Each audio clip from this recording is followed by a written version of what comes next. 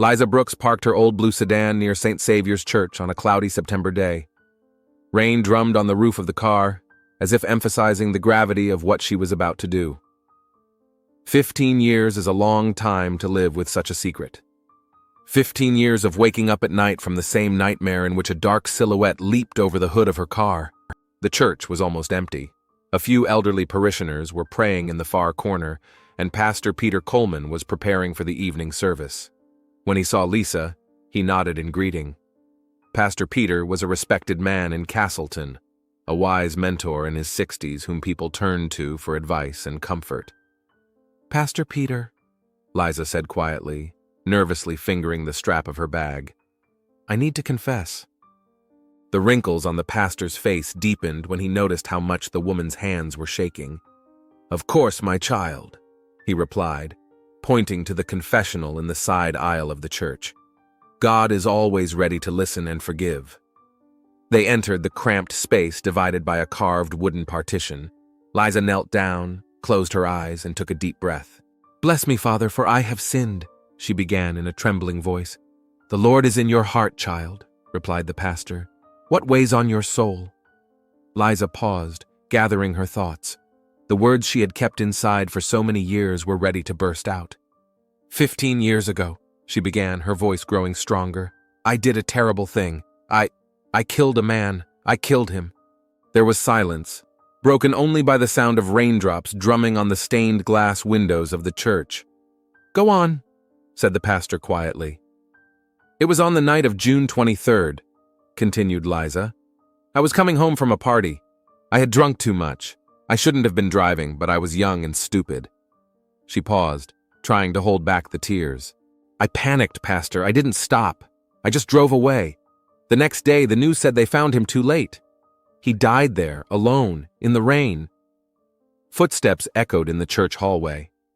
Shamil Ray, the 25-year-old assistant pastor, was rushing with documents that needed to be signed before the evening service. Noticing that the confessional was occupied, he was about to leave, but then he heard sobbing. I read in the newspapers that his name was, Liza began. Shamil involuntarily froze at the door of the confessional. He knew it was a sin to eavesdrop, but something in the woman's voice made him stop. "It doesn't matter what his name was," the pastor interrupted gently.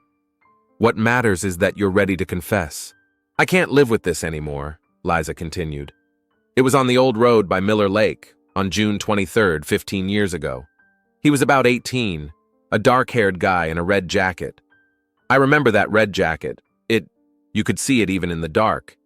Shamil froze, stunned by what he had heard. A red jacket, June 23rd, 15 years ago, Miller Lake. Everything matched. Jason Griffin, his best friend since childhood, was returning from his birthday party that very evening on that very road. He was wearing a red jacket, a gift from Shamil for his 18th birthday. "What should I do, Pastor?" Liza's voice brought Shamil back to reality. "Should I turn myself in to the police?" "Confessing to God is the first step," Pastor Peter replied. "But there is also earthly justice. Think about that young man's family. They've been living without answers for 15 years. Shamil stepped back from the door, feeling his heart pounding in his chest.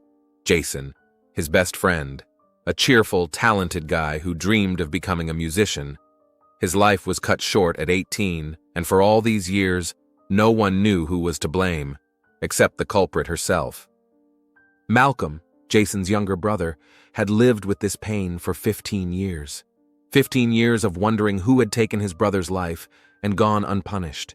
Shamil often saw how this unhealed wound was eating away at Malcolm's soul. "I'm afraid," Liza's voice reached him. "I've built a new life. I have a job, friends. They'll put me in jail." "Fear is a poor advisor," replied the pastor. "But confessing could bring relief not only to you, but also to the family of the deceased." Shamil quietly left the confessional, clutching the folder with the documents tightly. His thoughts were confused. The secrecy of confession was sacred, but this was about his friend, about the justice Malcolm deserved. What should he do with this information? When the confession was over, Liza left the church with her head down, not noticing Shamil standing at the entrance to the sacristy.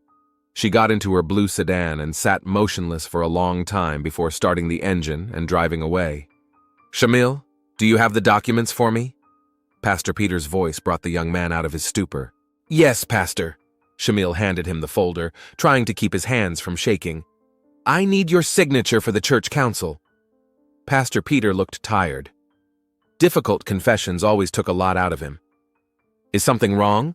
he asked, noticing his assistant's pallor. "No, just tired," Shamil lied. "A lot of work preparing for the charity evening." The pastor nodded, not entirely convinced, but did not press the matter. That night, Shamil didn't sleep a wink. He was faced with a choice that could change many lives. The next morning was sunny, as if nature was mocking what was about to happen. Shamil arrived at the church earlier than usual, hoping to talk to Pastor Peter alone, but he didn't make it in time. A phone call interrupted his thoughts. "Holy Savior Church," he answered. "This is the Castleton Police Department," said an official voice. "We need to speak with Pastor Peter Coleman." Shamil felt a chill run down his spine. "What is it about, if you don't mind me asking?" "There's been a murder. Liza Brooks. The pastor was one of the last people to see her." Shamil almost dropped the phone. Liza Brooks was dead. The woman who had confessed to Jason's murder was now a victim herself. Coincidence? Or something much more sinister? I'll tell the pastor," he muttered. "He'll be here soon." Hanging up the phone, Shamil sank into a chair, trying to collect his thoughts. What should he do? Tell the police that he had overheard a confession? Break the sacred seal of confession? But if he kept quiet, the killer might go unpunished. Besides, he didn't even know if the two events were connected. Half an hour later, Pastor Peter returned, his face gray. "Liza Brooks is dead," he told Shamil. "Her housekeeper found her this morning." "What? What happened?" Shamil asked, trying to sound surprised. "The police say it looks like a robbery," the pastor replied, but his eyes betrayed his doubts. "The house has been ransacked. Things are scattered everywhere. She was strangled." Shamil sank down onto a bench, feeling the ground slip away beneath his feet. "That's terrible," he whispered. "Do you think it has anything to do with what she told you?" The pastor shot him a sharp look. "What do you mean?" Shamil realized he had said too much. "It's just, she was in confession yesterday, and now she's dead. It's a strange coincidence." Pastor Peter looked at his assistant for a long time, then sighed heavily. "Shamil, the confidentiality of confession is sacred. I cannot discuss what Liza told me, and no one else should either." There was a warning in his words. Shamil nodded, feeling guilty. "I understand, Pastor." "Good," the pastor put his hand on his shoulder. "I have to go to the police station. You conduct the morning service for me." When the pastor left, Shamil was left alone in the silence of the church. Thoughts swirled in his head. Who could have killed Liza? Who knew about her confession? Only he and the pastor. And perhaps the killer himself, if he had somehow found out that Liza was going to turn herself in. Malcolm. The name flashed through his mind like a red alarm. Malcolm Griffin, Jason's brother, had never hidden his desire to find the person responsible for his brother's death. But how could he have found out about Liza? Shamil hadn't told anyone. Or had he? Last night after the service, he and Malcolm had been drinking coffee in the churchyard. Shamil was upset, distracted. Malcolm asked him what was wrong. What exactly had Shamil said? He couldn't remember the exact words, but he was sure he hadn't mentioned Liza's name. But could Malcolm have guessed? Could he have found out the truth somehow and decided to take justice into his own hands? Shamil shook his head, dismissing these thoughts. No, Malcolm was not capable of murder. He was a good man, just tormented by grief. It must be a coincidence, a simple robbery, as the police said. But Shamil's intuition told him that it wasn't that simple. Liza Brooks' house on a quiet street in Castleton was cordoned off with police tape. Detective Genevieve Harris, a 30-year-old woman with short curly hair and a piercing gaze, was leading the investigation. This was her first major case since transferring to Castleton from Chicago, and she was determined to solve it flawlessly. "What do we have?" she asked the forensic technician examining the body. "Female, about 40 years old." he replied. Cause of death, strangulation. There are few signs of a struggle, which is strange. Either she knew her attacker and let him in, or he took her by surprise. Genevieve looked around the room. The drawers were pulled out, their contents spilled on the floor, and the pictures had been taken off the walls. Too theatrical, she muttered. It looks like a staged robbery. The neighbors didn't see or hear anything, one of the officers reported. But we have information that the victim was at St. Saviour's Church last night for confession. Genevieve raised an eyebrow. Confession on the eve of her death? Interesting. Who was the last person to see her alive? Presumably Pastor Peter Coleman. Contact him, Genevieve ordered. I want to talk to him. She walked around the house again, noting details. The photos on the walls were of Liza alone or with colleagues, but there were no family photos, psychology and self-help books, neatly arranged belongings, even considering the disorder, the home of a lonely, organized person. Detective, the forensic expert called to her. Look at this. He pointed to marks on the victim's neck. The prints are large, male. Judging by the strength of the grip, the killer is physically strong, possibly younger than the victim. Genevieve nodded, taking notes. There's something else, the forensic scientist continued. I found several antidepressant pills in the bathroom. It looks like the victim was depressed. Or struggling with guilt, Genevieve said thoughtfully. Check everything. Phone calls, email, bank accounts. I want to know who she's been in contact with in the last few days. Stepping outside, Genevieve noticed a crowd of onlookers gathering. It was normal for a murder in a small town. She scanned the faces carefully, knowing that sometimes killers return to the scene of the crime to revel in the chaos they've created. Her gaze fell on a young black man standing slightly apart from the others. Unlike his neighbors, who were whispering and pointing at the house, he stood motionless, his face tense. Noticing that the detective was looking at him, the man quickly looked away and disappeared around the corner. Who was that? Genevieve asked the patrolman. I don't know, ma'am. A local, probably.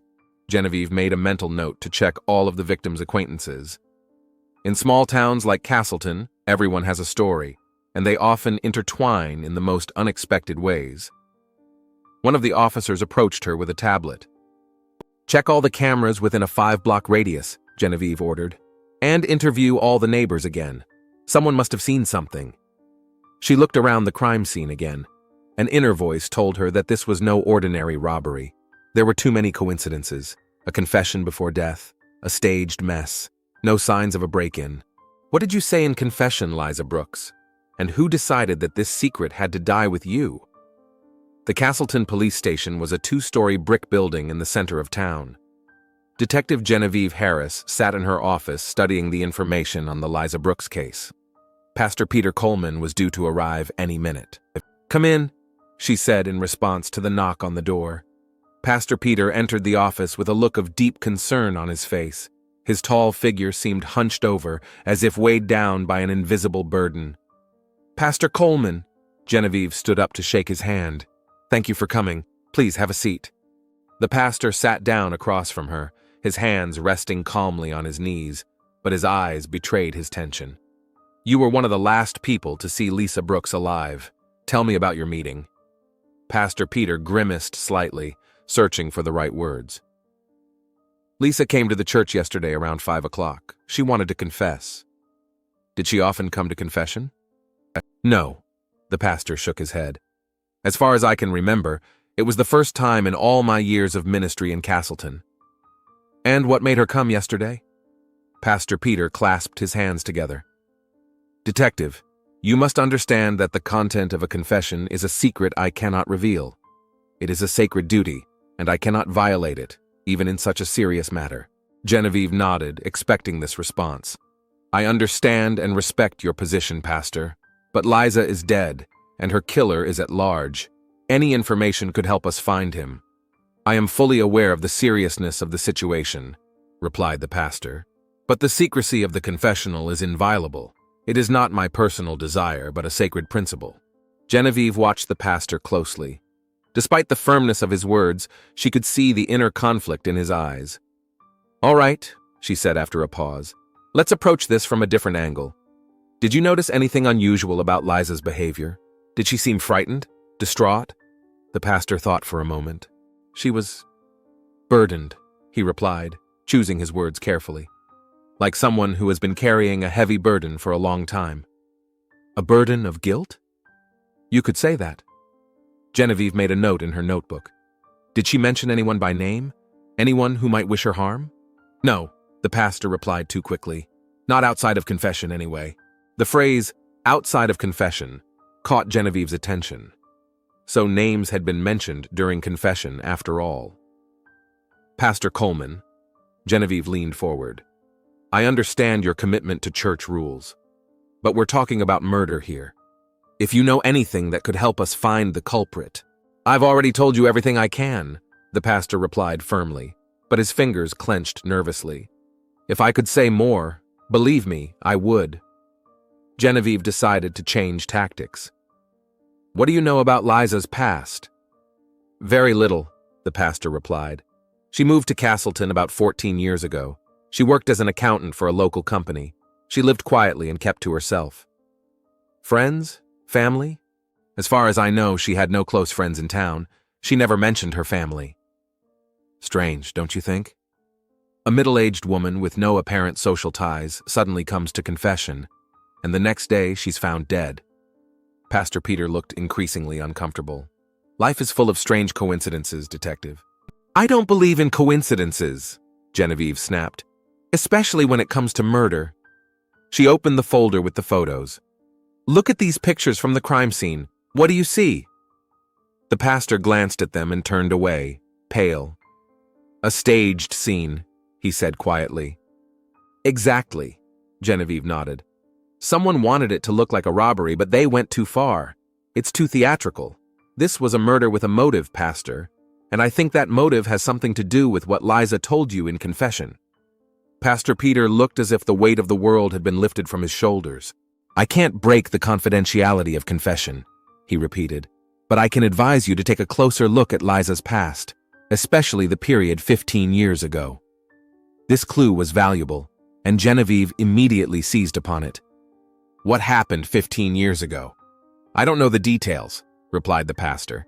That's all I can say. Genevieve realized that she would get nothing more out of the pastor. He was walking a fine line between his spiritual duty and his desire to help the investigation. Thank you for your help, Pastor, she said, ending the conversation. After the pastor left, Genevieve immediately gave orders to check everything related to Liza Brooks 15 years ago. What secret did this woman keep, and who else knew about her? At the same time, in the Church of the Holy Savior, Shamil Ray was restless. The secret he had overheard by accident now weighed heavily on his conscience. He knew who had killed his friend, and now that woman was dead. Shamil sat in the empty sacristy, going over all the options in his mind. Should he tell the police what he had overheard during confession? That would mean betraying not only the church, but also Pastor Peter, who had been his mentor. But to remain silent, wasn't that complicity in a possible murder? The secrecy of confession was sacred. But wasn't human life sacred too? Wasn't justice sacred for Jason's family, who had lived without answers for 15 years?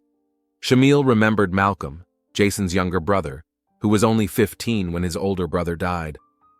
Malcolm had never hidden his desire to find the person responsible for his brother's death. What would he do if he found out that Liza Brooks was driving that car? Shamil's thoughts were interrupted by a knock on the door. Come in, he said, straightening up and trying to look calm. Malcolm Griffin appeared in the doorway, a tall, muscular man with short hair and piercing eyes. Hi, Shamil, he said, entering the room. You look worried. Something happened? Shamil looked away, unable to meet his friend's gaze. Did you hear the news? He asked. About the murder of a woman named Liza Brooks. Malcolm shrugged. It's all anyone in town is talking about. A robbery, I think. That's what the police think, Shamil replied, watching Malcolm's reaction closely. But there are some strange things about it. Like what? She was here at the church the day before she died. She went to confession with Pastor Peter. Malcolm frowned. So what? People go to confession. For her, it's strange. She never came before. Malcolm sat down on the edge of the table, folding his arms across his chest. What are you getting at, Shamil? Shamil took a deep breath. The moment of truth had arrived. He couldn't keep it to himself any longer. I accidentally overheard part of her confession, he said quietly. Malcolm tensed. What did she say? Shamil hesitated. He had already broken the confidentiality of confession by eavesdropping. Telling Malcolm would be breaking it twice. It's about Jason, he finally blurted out. Malcolm sat up straight, his eyes widening. Jason? My brother? His voice trembled. What did she say about him? Shamil felt his palms sweating. He had gone too far to back down now. She admitted that. He faltered, unable to get the words out. What? Malcolm took a step toward him, his face contorted with tension. What did she do? She admitted that she was driving the car that hit Jason, Shamil blurted out. 15 years ago, she said she was drunk, that she got scared and drove away without helping him. Malcolm froze, as if struck by lightning. His face turned pale, his eyes staring blankly past Shamil. Are you sure? He whispered after a long pause. Are you absolutely sure she was talking about Jason? Yes, Shamil nodded. She mentioned the date, the place, Jason's red jacket. Everything matches. Malcolm slowly sank into a chair, as if his legs were giving way beneath him. 15 years, he muttered. 15 damn years she lived with this, without saying a word, while we suffered, not knowing the truth. There was so much pain in his voice that Shamil felt his heart tighten. I'm sorry, Malcolm, he said quietly. I know how hard this is for you. Malcolm looked up at him, and Shamil saw not only pain in his eyes, but anger, cold, restrained anger. And now she's dead, Malcolm said. How ironic. Malcolm, Shamil began cautiously. You didn't kill her? Malcolm interrupted sharply. Is that what you want to ask? Shamil remained silent, but his silence spoke louder than any words. I didn't kill her, Shamil, Malcolm said, his voice tinged with resentment. Although I must admit, I had more motive than anyone else. I didn't mean to offend you, Shamil said hastily. It's just that the coincidence is too convenient, Malcolm finished for him. Yes, I understand, but I'm not a murderer. Shamil nodded, though he remained skeptical. Something about Malcolm's behavior alarmed him. Are you sure she was talking about Jason? Malcolm asked after a pause. Yes, Shamil replied firmly. I'm sure. All the details match. Malcolm stood up and began pacing the room, his movements sharp and nervous. You have to tell the police about this, he said. I can't, Shamil objected. Confidentiality.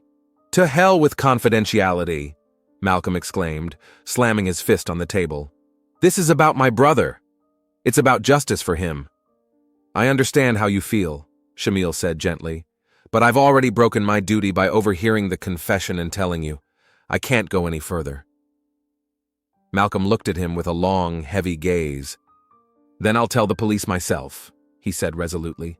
I'll say I heard from someone that Liza confessed to Jason's murder. No, Shamil exclaimed. You can't do that. They'll start an investigation, they'll come after me, and I'll be forced to either lie or admit to breaking the seal of confidentiality. What am I supposed to do? Malcolm's voice was desperate. Just forget about it? Shamil didn't know what to say. Malcolm was right. Knowing the truth and doing nothing would be agonizing. Give me some time, he finally said. I'll think about what to do. Malcolm smiled bitterly. Time? We had 15 years, Shamil. And now that I know the truth, you're asking me to wait longer? Just a few days, Shamil said imploringly. Please don't do anything rash. Malcolm looked at him for a long time, then nodded slowly. All right, he said, but then I want the truth to come out. Thank you, Shamil breathed with relief. I promise we'll find a way. Malcolm headed for the door but stopped in the doorway. Shamil, he said without turning around. Do you believe me? Do you believe I didn't kill her? Shamil hesitated. Did he want to believe Malcolm? Absolutely. Could he be completely sure? Yes, he replied. I believe you. Malcolm nodded and left, leaving Shamil with a heavy heart. Meanwhile, Detective Genevieve Harris was delving into the past of Liza Brooks. After talking to the pastor, she sent a request to check all information about Liza for the past 15 years. The results began to arrive in the afternoon. 15 years ago, Liza Brooks suddenly sold her car, a blue Ford sedan, and bought a new one of a different make and color. This happened 3 days after the death of a young man named Jason Griffin, who was hit by an unknown driver on the road near Miller Lake. At the same time, Lisa, who had previously been outgoing, suddenly changed jobs, moved to a different neighborhood, and began living a reclusive lifestyle. "Too many coincidences," Genevieve muttered as she looked through the documents. She took out the old hit-and-run case file. Jason Griffin, 18 years old, was hit by an unknown driver on June 23rd, 15 years ago. There were no witnesses. The investigation reached a dead end and the case was suspended. In one of the photos from the scene, Genevieve noticed an inscription on the funeral wreath, "From the loving mother and brother of Malcolm." Malcolm, the victim's brother, could he have known about Liza's involvement in his brother's death? And if so, how? Genevieve returned to the details of Liza's death. The killer didn't break down the door, which meant Liza let him in. She either knew her killer or wasn't afraid of him. "Officer Baker," she called to her assistant, "find me everything you can on Malcolm Griffin, where he lives, what he does, where he was on the night of the murder." "Yes, detective," the officer replied and left. Genevieve continued to study the materials. In Liza's house, they found an old newspaper clipping hidden in a book. It was a 15-year-old article about the death of Jason Griffin, and in the margins were the words, "I'm sorry, I didn't mean to." It was a confession. Liza Brooks was indeed the person who had hit Jason Griffin 15 years ago and fled the scene. But how could Malcolm have known about this? Unless... Genevieve remembered the pastor's assistant, the young man who had been at the church on the day of Liza's confession. Could he have overheard the confession? And if so, could he have told Malcolm? She dialed the church number. "Holy Savior Church," a young male voice answered. "This is Detective Harris," Genevieve said. "May I speak to Shamil Ray?" "That's me," the voice replied, and Genevieve thought she detected a nervous tone. "Mr. Ray, I need to ask you a few questions about the Liza Brooks case. Could you come down to the station?" There was a pause on the other end of the line that lasted several seconds. "Yes, of course," Shamil finally replied. "I'll be there in 20 minutes. "I'll be waiting," Genevieve said, and hung up. The case was starting to come together. If Shamil had overheard the confession and told Malcolm that Liza had confessed to killing his brother, Malcolm had a powerful motive for revenge. But Genevieve needed proof. She couldn't accuse a man based on guesswork and coincidences. The phone on Genevieve's desk rang. "Detective Harris," she answered. "Detective, this is Officer Baker. I have some information about Malcolm Griffin. He owns a small motorcycle repair shop on the outskirts of town. He lives alone. On the night of Liza Brooks' murder, he claims he was at home. There's no one to confirm this." "Thank you, officer," Genevieve said. "Keep digging." After hanging up, Genevieve thought hard. All the clues pointed to Malcolm Griffin. He had a motive, the opportunity, and no alibi. But she needed more solid evidence to make an arrest. Shamil Ray was the key to solving the case. That is, if he decided to tell the truth. In Malcolm's workshop, Shamil stood at the entrance, unsure whether to go in, but after Detective Harris's call, he knew he had to talk to his friend again before going to the police. "Malcolm?" he called as he entered. "Are you here?" Malcolm was sitting at his workbench, mechanically sorting through motorcycle parts. He looked up, and Shamil saw a strange expression in his eyes. "The police called me in for questioning," Shamil said immediately. "They're investigating Liza's murder." Malcolm nodded slowly. "I knew it would come to this," he said. "What are you going to tell them?" "I don't know," Shamil replied honestly. "I need to know the truth, Malcolm. Did you kill her?" Malcolm looked at him for a long time, then sighed heavily. "No, Shamil, I didn't kill Lisa Brooks. I wanted justice for Jason, but not like this." "Do you swear?" Shamil insisted. "I swear on Jason's memory," Malcolm said firmly. Shamil stared intently at his friend's face, trying to figure out if he was telling the truth. "Then why did you insist that I tell you about her confession? Why did you threaten to go to the police yourself?" "Because I want the truth to come out," Malcolm exclaimed. 15 years, Shamil. 15 years we didn't know who killed Jason, and now this woman is dead, and the truth may be buried with her. But if you go to the police, they'll ask you how you found out about her confession, Shamil objected, and that will lead them to me, to the fact that I broke the seal of confession. Malcolm stood up, his eyes flashing with anger. So that's what's bothering you? Your reputation? What about justice for Jason? It's not about reputation, Shamil objected. It's about principle, about faith, about obligations to the church and to Pastor Peter. What about your commitment to a friend? Malcolm asked quietly.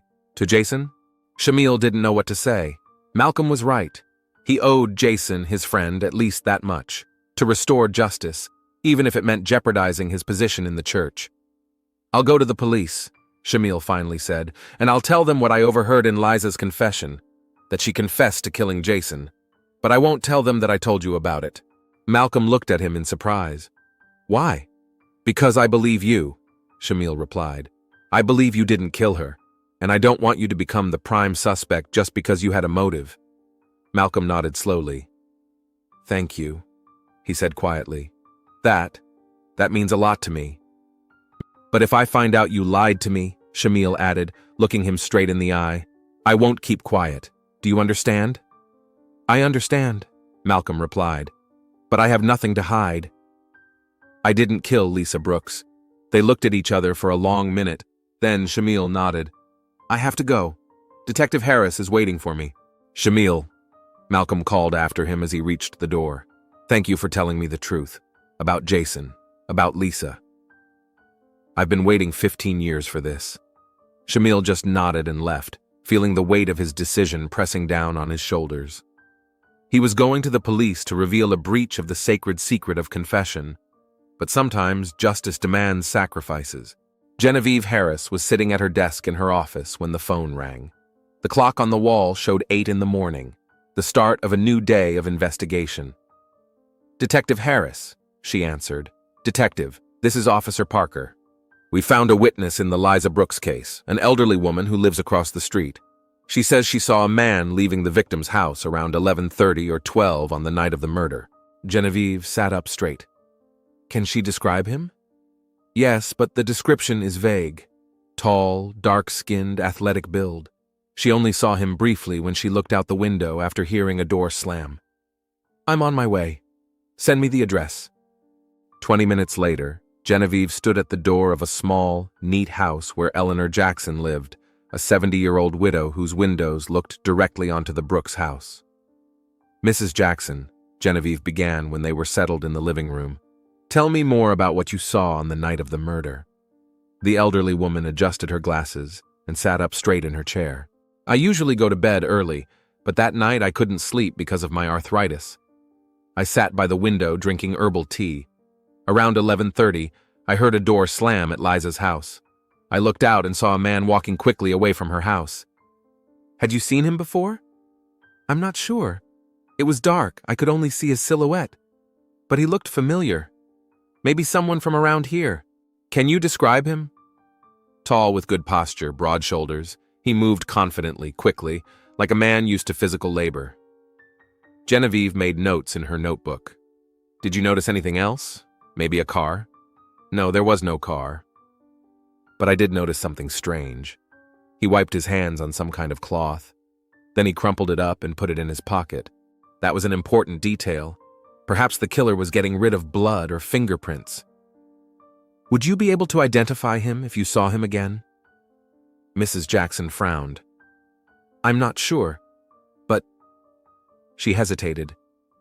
I think it was young Griffin, the one who repairs motorcycles on the outskirts of town. Malcolm, I think. He has the same confident, sweeping gait. Genevieve's heart beat faster, another thread leading to Malcolm Griffin. In the Church of St. Saviour, Shamil sat in the silence of the sacristy, lost in painful thoughts. He spent the night after his conversation with Malcolm without sleep. Something about his friend's behavior bothered him. He seemed too calm, too collected for someone who had just learned who killed his brother. And the insistence with which Malcolm demanded that Shamil tell the police about Liza's confession. It was as if he was trying to steer the investigation in a certain direction, to divert suspicion away from himself. Malcolm had always been reserved, able to control his emotions. But behind this reserve, Shamil had always sensed a deep, unresolved pain over the loss of his brother. Malcolm had lived with this pain for 15 years, with a thirst for justice that could have turned into a thirst for revenge over time. What if Malcolm somehow found out about Liza before Shamil told him? That would explain his strange calmness, his readiness for the news. Shamil remembered the day of confession. After Liza left, he discussed the details of the upcoming charity evening with Pastor Peter. Was anyone else in the church at that moment? Could anyone have overheard their conversation? And then it dawned on him. Malcolm had come to the church that day. He had brought a donation for the charity fair, some of his mother's old clothes. Shamil had been too preoccupied with the confession he had overheard to pay much attention to him. But Malcolm might have heard something. He might have suspected a connection between Liza's confession and his brother's death. Shamil's thoughts were interrupted by a phone call. "Holy Savior Church," he answered. "Mr. Ray? This is Detective Harris. I need to talk to you. It's urgent." Meanwhile, Genevieve Harris was delving deeper into the old case of the hit and run of Jason Griffin. She was looking for any possible connection between Malcolm Griffin and Liza Brooks, anything that might explain how he found out about her involvement in his brother's death. The file contained Malcolm's testimony, who was 15 at the time of his brother's death. The loss of his older brother, his idol and mentor, was a terrible blow to him. After his mother's death a few years ago, Malcolm was left all alone. An interesting detail was that after Jason's death, Malcolm placed an ad in the local newspaper every year on the anniversary of the tragedy, asking anyone who knew anything about the incident to contact him. He never gave up hope of finding the culprit. Genevieve found a 15-year-old article about Jason's funeral. The photo showed a grief-stricken Malcolm standing next to his brother's coffin. A little to the side was a young Shamil Ray, Jason's close friend. So that's how they knew each other. Shamil and Malcolm had been connected through Jason even before the tragedy. This explained why Malcolm often visited the church where Shamil worked. They had kept in touch all these years, perhaps united by their shared grief and desire to find the culprit. When Shamil arrived at the police station, Genevieve got straight to the point. "Mr. Ray, we have a witness who saw a man who looked like Malcolm Griffin leaving Liza Brooks's house on the night of the murder. Did you speak to him after our last meeting?" "Yes," Shamil nodded. I began to suspect that Malcolm might have been involved in Liza's death. He reacted too calmly when I told him about her confession." "And what did he say?" "He denied everything. Said he didn't kill her. But then I remembered that Malcolm was at church on the day of Liza's confession. He could have overheard my conversation with Pastor Peter where I hinted at her confession." Genevieve listened intently, taking notes. "Are you willing to help us, Mr. Ray? If Malcolm really killed Liza Brooks, he must be held accountable." Shamil hesitated. It was one thing to share his suspicions, but quite another to actively participate in an investigation against a friend. "What do you want me to do?" he finally asked. "Talk to him. Try to get him to open up. We'll be nearby to intervene if necessary." Shamil took a deep breath. "All right, I'll do it." The plan was simple. Shamil would call Malcolm and tell him he needed to talk to him urgently.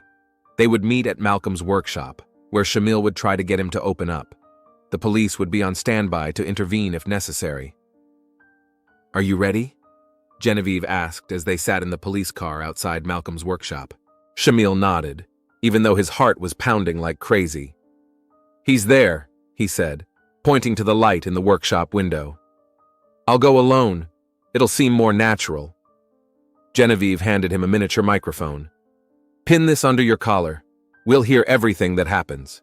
Shamil fastened the microphone and got out of the car. With every step he took toward the workshop, his determination grew stronger. He had to know the truth, no matter how bitter it was. Malcolm was inside, bent over the dismantled motorcycle. Hearing footsteps, he looked up. "Shamil," he said with a slight smile, "I didn't expect to see you today. We need to talk," Shamil replied, closing the door behind him. "About Liza Brooks, about what happened the night she died." The smile disappeared from Malcolm's face. "We've already talked about this. I didn't kill her. I want to believe you, Malcolm, I really do. But too many things don't add up." Malcolm put down his tool and stood up straight. What exactly? You were at the church on the day of Liza's confession. You could have heard my conversation with Pastor Peter. Malcolm was silent, his face impenetrable. There's a witness who saw a man who looked like you leaving Liza's house on the night of the murder, Shamil continued. The police already know about that. They'll be here soon. Are you working for the police? Malcolm asked quietly. Did they send you here? Shamil felt a chill run down his spine at Malcolm's tone. I came as your friend, he replied, to give you a chance to tell the truth, before it's too late. Malcolm stared at him for a long time, then slowly walked over to the workbench and opened a drawer. He took a folded piece of red fabric out of the drawer. Shamil recognized with horror Jason's red jacket, the very one he had been wearing on the night he died. I've kept it for 15 years, Malcolm continued, carefully unfolding the jacket. It's all I have left of my brother. His blood is still on it, see? Shamil took a step back, feeling fear paralyze his movements. Malcolm, please. When I found out that Liza had confessed to hitting Jason, Malcolm seemed not to hear him, lost in his thoughts. I felt relieved. Finally, I knew who was to blame. Finally, I could do something. So it's true, Shamil whispered. You killed her. Malcolm looked up at him, and Shamil saw a strange calm in his eyes. I didn't plan it. I just went to her house to talk, to ask why she didn't stop, why she didn't help him, why she hid all these years. And what did she say? She cried. She said she was young and stupid, that she was scared. She asked for forgiveness. Malcolm smiled bitterly. Forgiveness, after 15 years of getting away with it. And you couldn't forgive her, Shamil said quietly. I wanted to. I swear I wanted to forgive her, to let it all go. But then she said she was going to turn herself into the police, that Pastor Peter had convinced her to do it. Shamil frowned. And that made you kill her? Because she wanted to confess? You don't understand. Malcolm shook his head. She wanted to turn herself in on her own terms, tell her side of the story, maybe get a minimal sentence because of the statute of limitations, and then live with a clear conscience. That would have been wrong. So you decided to be judge and executioner, Shamil said. You decided she didn't deserve a chance at redemption.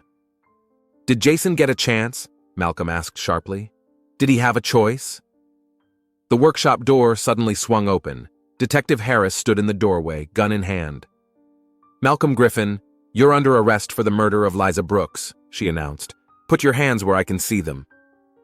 Malcolm didn't even flinch. It was as if he had been waiting for this moment. I knew it would happen sooner or later, he said, slowly raising his hands. I knew I couldn't escape the consequences. Then why did you do it?